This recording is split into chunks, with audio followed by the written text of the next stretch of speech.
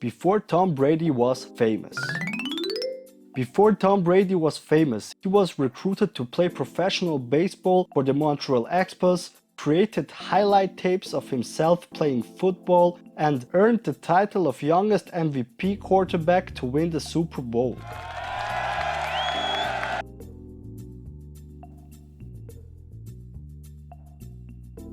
Tom Brady was born on the 3rd August 1977 in San Mateo, California, as the son of Patricia and Thomas Brady. Brady's great-great-grandparents on his father's side were Irish refugees, and therefore Brady was raised Catholic. Tom Brady discovered his passion for American football at a very young age. Since he was a kid, Tom loved to attend San Francisco 49ers games at Candlestick Park. Joe Montana, who is actually a quarterback legend, was Brady's favorite player back then. He also mentioned Montana later in an interview. Joe Montana was always my idol and one of my inspirations. Thereafter, Brady began attending the kids' football camp at the College of San Mateo, where he experienced the art of football for the first time. Starting position: quarterback. Tom also played baseball and basketball on a high level, but football always remained his passion number one. Oh yeah! Brady started his career as the backup quarterback on the Padres junior varsity team. Back then, he was not good enough to reach the starting lineup, although his team had not scored a touchdown all year. Luckily for Brady, the starting quarterback went down with an injury and Brady could grab his position. Tom Brady went on to play on a high level until he graduated from high school, but struggled getting on the radar of college coaches. Nobody sees my talent, I need a plan. So he began to create highlight tapes of himself playing football and sent them out to college schools he would consider attending. At quarterback, 6'3", 205-pound junior from San Mateo, number 12, Tom Brady.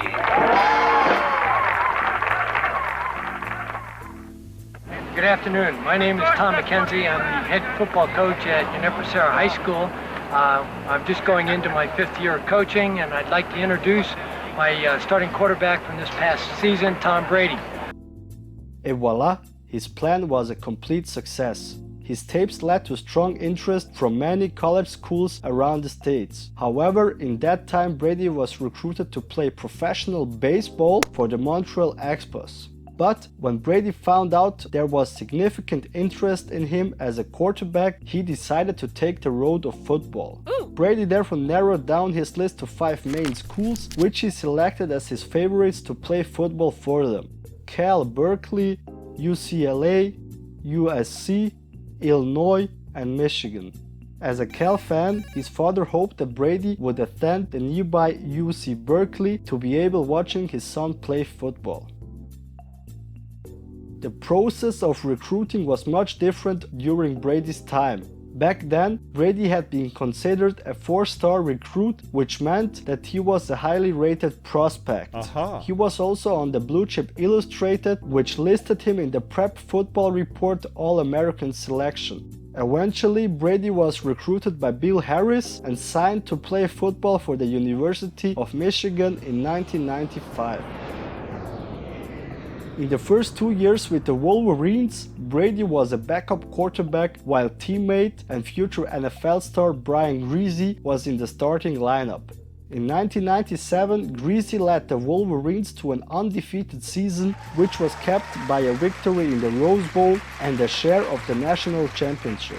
Nevertheless, Brady was so frustrated by just warming the bench that he hired a sports psychologist, helping him cope with frustration and anxiety. He also worked closely with assistant director Greg Harden, who met with Brady every week in order to build his confidence and to maximize his performance on the field. Brady reflected this time with Harden later in an interview.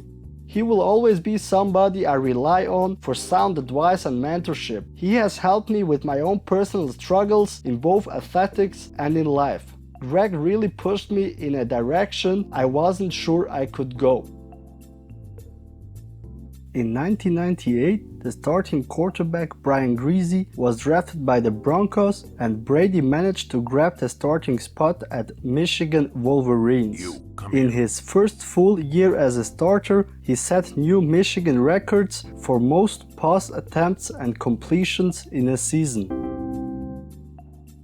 When Brady completed the 300-yard passing game, his trainer Lloyd Carr went exclusively with Brady for the '99 season. Yes. Tom led Michigan to multiple fourth-quarter comebacks, what earned him the nickname of the Comeback Kid. Yeah. In the Orange Bowl, Brady led the Wolverines to an overtime win over Alabama, leading the team back from a 14-point deficit into regulation. In overtime, Brady also threw the game-winning score on a bootleg to tight end Sean Thompson. He finished his college career ranking third in Michigan history, winning 25 out of 30 games when he was a starter. As a lightly regarded prospect coming out of college, Tom and his family had believed that he would be drafted in the second or third round. They watched the draft live on television, stunned as 6 other quarterbacks were drafted before him. Oh, no. Brady was so embarrassed that he briefly left the family home and cried out loud. When the New England Patriots notified him that he would be drafted, Brady was so thankful that he would not have to be an insurance salesman. Actually, Tom was selected with the 199th overall pick in the 6th round of the draft in the year of 2000. He started his professional career as the 4th-string quarterback. However, Brady fought his way to the second spot by the end of the season, which his team finished at the bottom of the heap. Okay. Besides, his head coach Bill Belichick also joined the team in the same year. During his second season, Brady took over as the starting quarterback after Drew Bledsoe got injured. Tom and the Patriots went on to win the AFC East and entered the NFL playoffs with the first-round bye. Brady finished the 2001 season with 2,843 passing yards plus 18 touchdowns and earned an invitation to the Pro Bowl. Good job. In Brady's first playoff game, he threw for 312 yards against the Oakland Raiders. He led the Patriots back from a 10-point fourth-quarter deficit to send the game into overtime, where they won on an Adam Vinatieri field goal. Wow. A very controversial play occurred in that game. What's wrong? Trailing by 3 points in the fourth quarter, Brady lost control of the ball after being hit by Raiders cornerback. No. Oakland initially recovered the ball, but referee Walt Coleman overturned the call, ruling it an incomplete pass. What? He justified his decision on the basis of the tuck rule, which states that any forward throwing motion by a quarterback already starts a pass, even if the quarterback loses possession of the ball as he is attempting to tuck it back towards his body. Right. In the AFC Championship game against the Pittsburgh Steelers, Brady injured his knee and was relieved by Drew Bledsoe. However, the Patriots won the game and were immediately instituted by Las Vegas oddsmakers as 14-point underdogs in the Super Bowl 36. Still today, there is a lot of discussion about it, whether the Patriots would have entered the Super Bowl without that infamous tuck rule game. Probably not. Brady returned just from his knee injury to start in Super Bowl 36 against the NFC champion St. Louis Rams. Brady was so calm before the big game that he took a nap in the locker room.